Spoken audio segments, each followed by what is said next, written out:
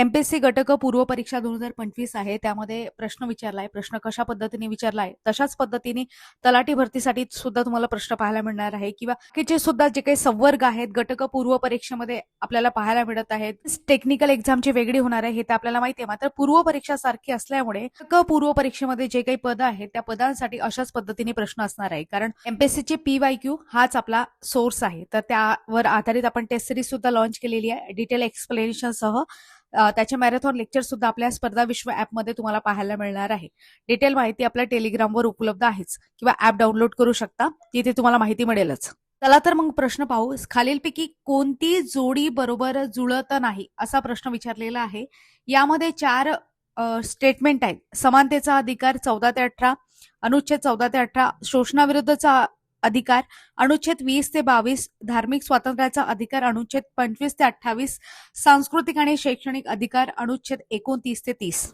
तर या प्रश्नाचं योग्य उत्तर म्हणजे इथे बरोबर जुळत नाही म्हणजे चुकीची जोडी ओळखायची आहे तर शोषणाविरुद्धचा अधिकार अनुच्छेद 20 ते 22 हे याचं उत्तर होईल. ऑप्शन क्रमांक 2. आता हा प्रश्न आहे तो मूलभूत हक्क याच्याशी संबंधित आहे. भारतीय राज्यघटना याच्याशी संबंधित आहे.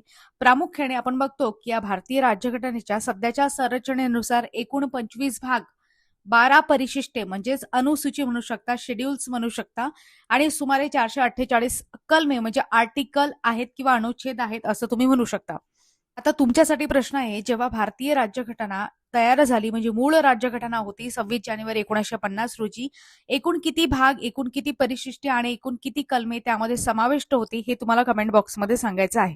तर इथे प्रश्न मूलभूत हक्कांविषयी विचारलेला आहे. तर भारतीय राज्यघटनेच्या भाग 3 या भागामध्ये अनुच्छेद 12 ते 35 दरम्यान मूलभूत हक्कांचे म्हणजे फंडामेंटल राईट्स आहेत त्या संबंधित तरतुदी केलेल्या आहेत. आणि याचा स्रोत कुठला होता, स्रोत कुठून घेतलेले आहेत हे मूलभूत हक्क अमेरिकेच्या संविधानातून आपण घेतलेले आहे.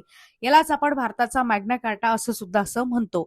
आणि हे न्याय प्रविष्ट आहे. मूलभूत हक्कांचे उल्लंघन झाल्यास आपल्याला सर्वोच्च न्यायालयामध्ये आणि उच्च न्यायालयामध्ये थेट धाव घेता येते हे सुद्धा माहिती आहे.